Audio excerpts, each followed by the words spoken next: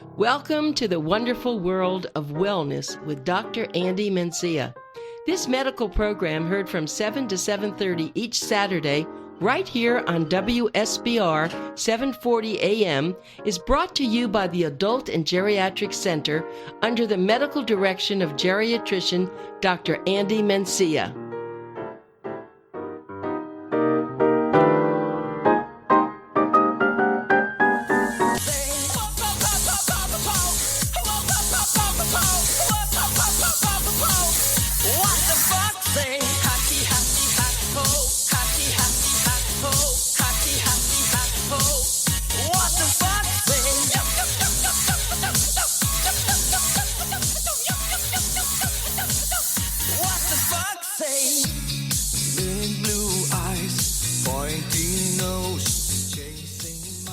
You wouldn't know that. What does the fox say?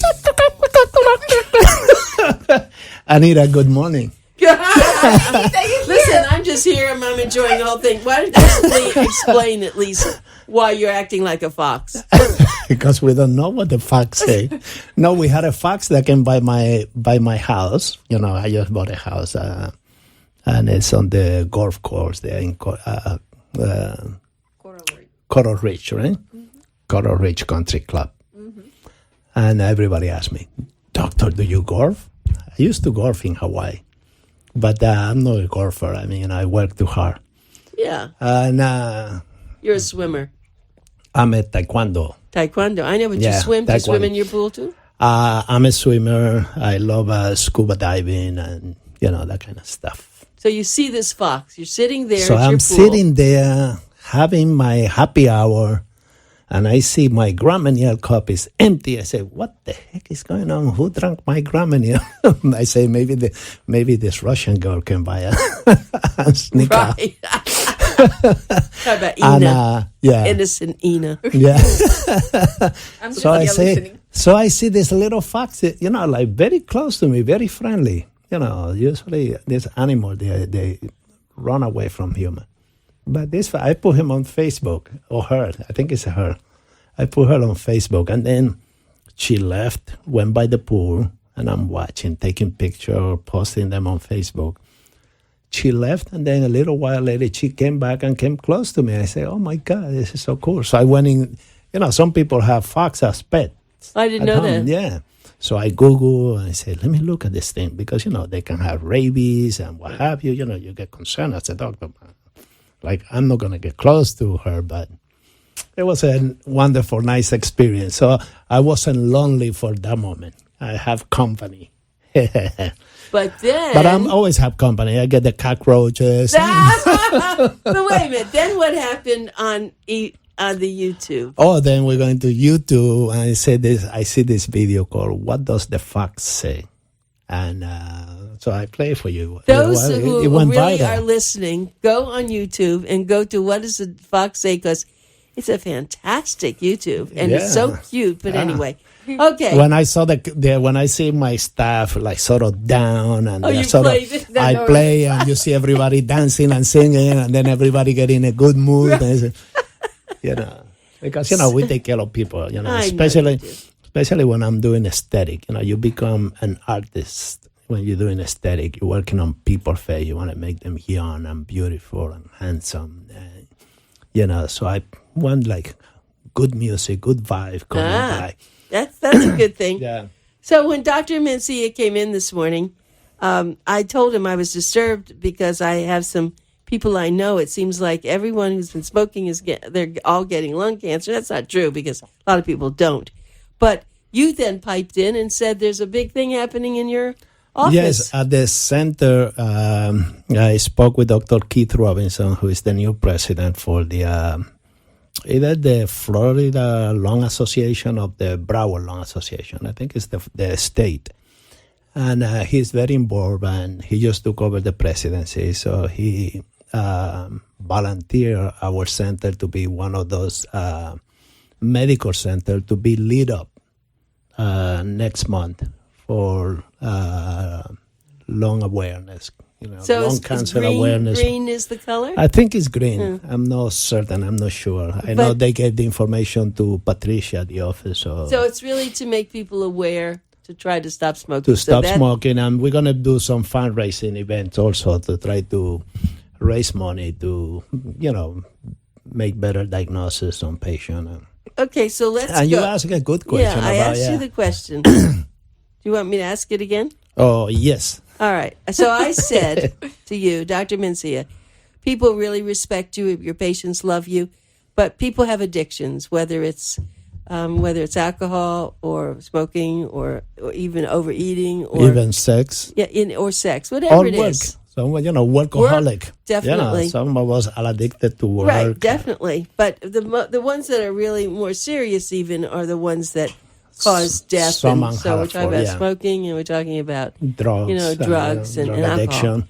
So now very popular, the opioid with the passing of Prince and knowing that he was taking painkiller. I saw that. Opioid addiction, it's a big thing. And so how do you help your patients if they come in and they respect you? How do you deal with this? And some of them can't, even as much as they love you and respect you, they can't do it. Well, we always, when you and I are talking about different topics, I always bring to you the biopsychosocial component of any condition. And addiction is no different. It has a biological component to it. So if your parents were addicted to alcohol, it's very likely that you will be addicted to either, you might have the genetic component to be addicted to either alcohol or drug or gambling. Some sort of addiction can follow. Now, the biological, the social component is that you manipulate your mother, your father, your brother, your sister, your neighbor, your best friend. You manipulate so that you can get what you are craving for. So those are the biopsycho and the social component. Is that the people will see you. This is an addict. It's like a homeless, but they are not the same thing. But they get put in a different category because of the addiction socially. So having said that, we are all human, and addiction, if it's genetically transmitted, like diabetes can be shut down. The gene can shut down in diabetes. How? Well, go ahead, take a drink of water. Let me take a sip. He's going to take a sip of water. The sun is just coming up. It's beautiful outside. A sip of champagne. Yeah. Russian champagne. Na zdrowie. We're gonna get Ina to talk. So. We'll give her some vodka. You want the real one? We're gonna all be We're in just trouble. drinking water. Yeah. You want the real stuff. So anyway, diabetes. How do we shut the gene down? If you know that your parents are diabetic and you stay away from starches, rice, pasta, bread, potato, fruits, sweets, and you take all those things and you take them off your diet, and you eat basically healthy food, none of the stuff that is going to increase the demand on insulin in your body, you will never become a diabetic. If you are never obese, you keep your weight super down. You don't want to be even normal weight. You want to keep it a little bit on the downside of the normal range of the BMI. You follow that good diet. You don't eat late. You follow all the right stuff. That gene will go to sleep for the rest of your life. And as long as you are following the proper diet, the gene will remain asleep, will never wake up. And when you have offspring, they will inherit the gene. And if they eat the wrong food, they will wake up the gene. If they don't eat the wrong food, the gene will remain asleep for generations to come until it sort of die out. So this is a gene problem. This is a gene problem. So addiction is the same thing. If my father was addicted to alcohol and I start gambling, get exposed to gambling, I can become addicted to gambling. Or smoking or whatever, So if I stay away, if I know, say, okay, my father was addicted to this or my mother was addicted to that, and I know any of those addictions, when they come by through my life, I used to move them away from me, because I know if I get exposed, that gene will wake up. Then that gene will remain asleep and you will never get addicted. So, and it goes there with cigarettes. And cigarette addiction. That's not inherited, is it? There's a genetic component to addiction in general. We know very little, and that's why we're doing, like for lung cancer, we're doing the fundraising. Just recently, under less than 10 years, we have found out that you can be secondary smoker, can also develop lung cancer. 15, 20 years ago, we never thought about, the wife of the smoker being screened for lung cancer because she doesn't smoke. It's only the husband that was the smoker, or vice versa. So now we have learned. And there are women who smoked and they were having children. Yeah, absolutely. And I used to go and get my nail done. I stopped going when the lady that was doing my nail, she got pregnant, her first kid, and I was so happy for her. Oh my God, she was 30, 38, 39. Oh my God, your first kid, I'm so happy for you. So I told her, make sure you go to a high-risk doctor because of your age. You have to be monitored properly. And I come to get my nails done, and she's smoking. I said, what the heck are you doing, woman? And she's pregnant. And she's almost 40 years old. I say, what are you doing? You're going to harm that baby. This is your very first baby. It's like, I stopped going to her. I couldn't see her no more. I said, no way, man. I'm not coming to see. She wouldn't stop. That's how heavy addiction can be. You have this creature that is growing on you now, that you should be loving and you should be happy. I'm proud that God has just given you, such a wonderful thing for you to cherish and But maybe nourish. It's because people didn't realize that the smoke went inside, and then it just never was brought out like this. It was...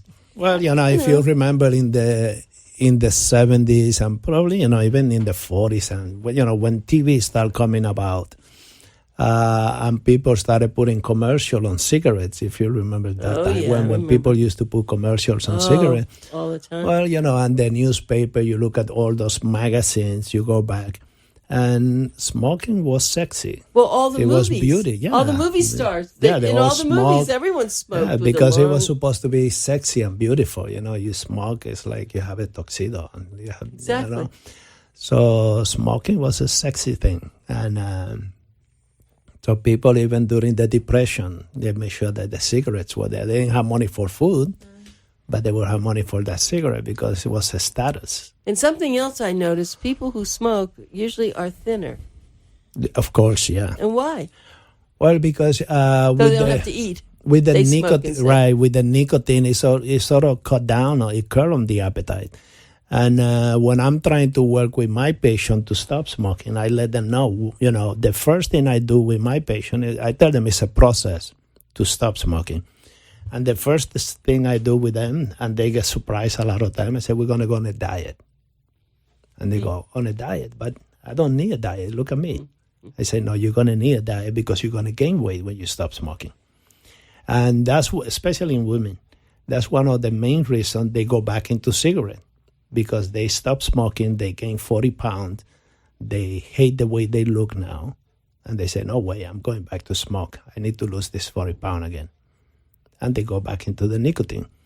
So what I do with my patient, I prep them. I say, you are prone to gaining weight, so we're going to start on a rigid diet. We're going to have you exercise, and you're going to work on quitting smoking. And the other thing I do, I tell them, listen, I'm here for you.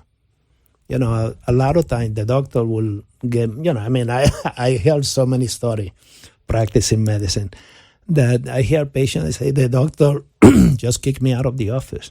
They don't want me no more.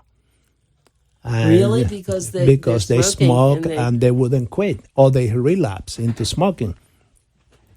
And if you have an addiction, and you quit and you relapse, I'm still your doctor. Yeah. I'm here to help you. We're going to work through it again. And we do it again and again. As long as you are willing to try, I'm here to help you. So I never shut the door. It's like, if your own kids smoke and they come to you, what are you going to do? Shut the door on them? No, you try to work with them, with discipline, of course. But you work with them. So, a lot of time I tell them, well, how much you smoke? 2-3 packs a day. Okay, no problem. That's a lot, though, isn't it? It is a lot, but it's, that's his or her situation, and we have to accept it. And say, okay, why don't we try to cut down at least this month or this week? This depends on how motivated you are. Let's cut down on the number of cigarettes by half a pack. Well, you're talking about that, the cigarettes, and of course an addiction, but there are so many other addictions. Can you tell when someone comes in if they're a smoker and they don't tell you, or if they're an alcoholic and they don't tell you that? How do you just know it from looking at them? Yes. A good clinician should be able to tell if the person is a smoker or not. Nicotine get impregnated in your clothes. So when you get close to that patient and you put a stethoscope in their chest and you're listening to the heart, and and I tell my students, when I have the medical student or the nurse student with me, I say, if you want to be a good clinician, it's like being in war, being a fighter in war. You want to survive, so you have to use all your senses to survive. To help the other person survive, you also have to use all your senses. So you use your vision, you look at the person, how they are breathing, you smell the person,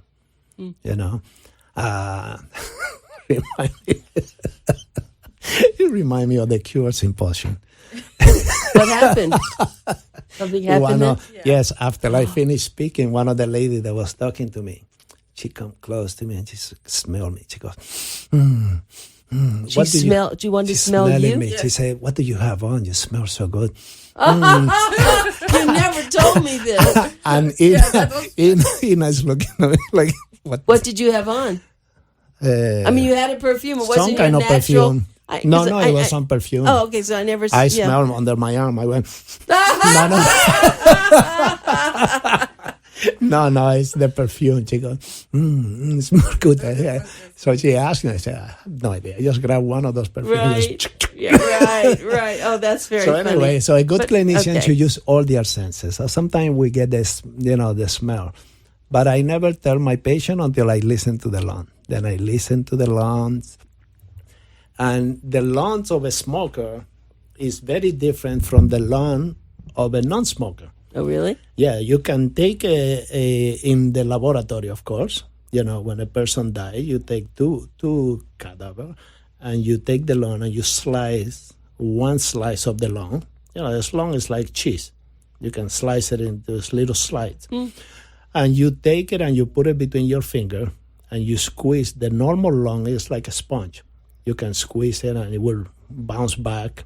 The lung of the smoker is like the same sponge with charcoal inside. So you feel these little rocks when you squeeze it.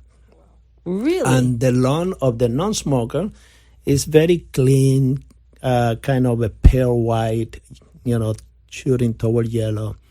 The lung of the smoker is darker, and it has black spots from the nicotine that accumulates.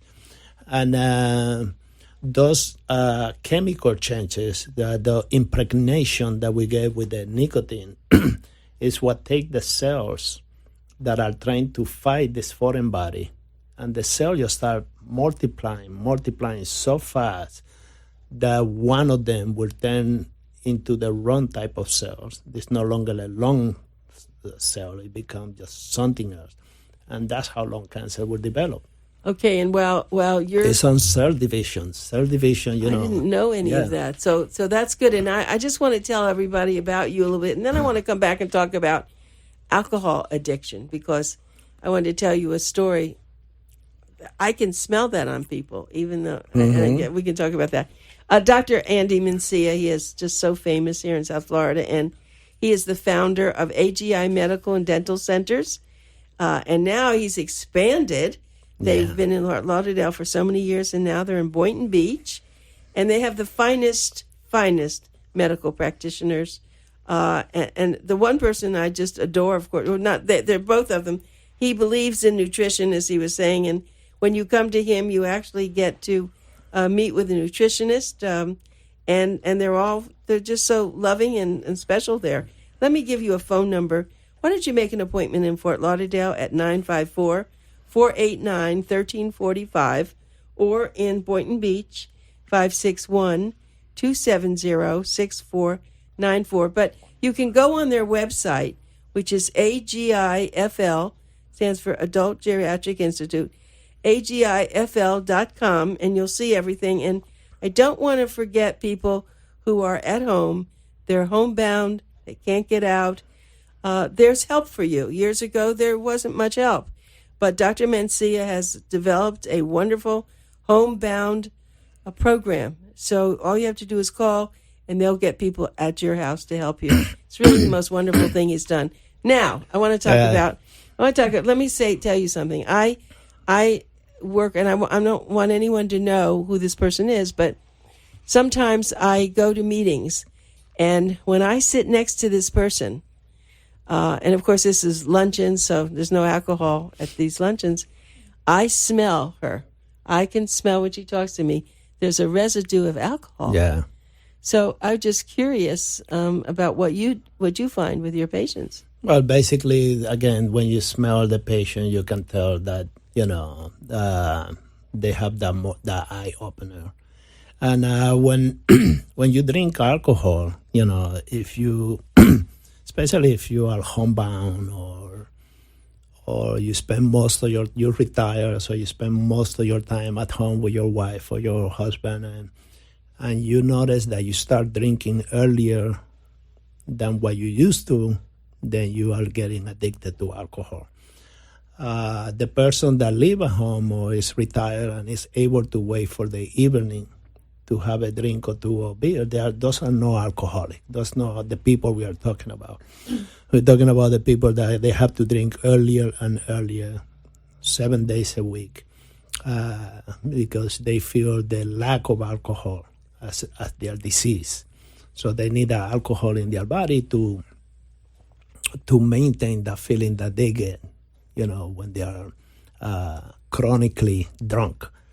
And, it's an addiction like anything else, like cigarettes. You get people that smoke in bed. They get up 3 o'clock in the morning. They have to have a cigarette, even though it's 3 o'clock in the morning. And, they might smoke just half of the cigarette 3 o'clock in the morning. The alcoholic is the same way. They wake up and they might have a shot before they go back to sleep. So, and of course, you smell the apple smell in their skin, not only in their breath, but the skin, they have that apple smell. And it's from the alcohol being processed. Now, we have to remember when it comes to alcohol, a lot of the chemical that we ingest, like orange juice, apple juice, vodka, Grand Marnier, wine, a lot of those chemicals, they get processed. The orange juice, the apple juice, the milk get processed and become calories that we can utilize, or we can store and get fat if we do too much of them. Alcohol, in turn, get processed by the liver, but it turns into a chemical that doesn't become real calorie. So everything just gets stored in there, and it becomes just wasted calories. It's like somebody that never been to Europe, and instead of getting $1, you get €1. And you can do nothing with it. Say, okay, what am I supposed to do with this? I don't recognize the dollar bill that you're giving me.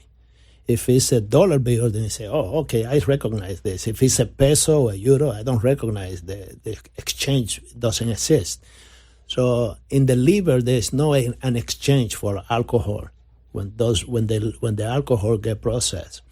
And that's why alcoholics tend to be more obese, and this calorie tend to accumulate in the liver and produce liver damage, and you can even develop liver cancer secondary to alcohol. Because when people die from being alcoholics, it's cirrhosis of the liver, Cirrhosis right? of the liver. So okay, this patient And comes in. cirrhosis of the liver, you can make the analogy with the same analogy with the lungs.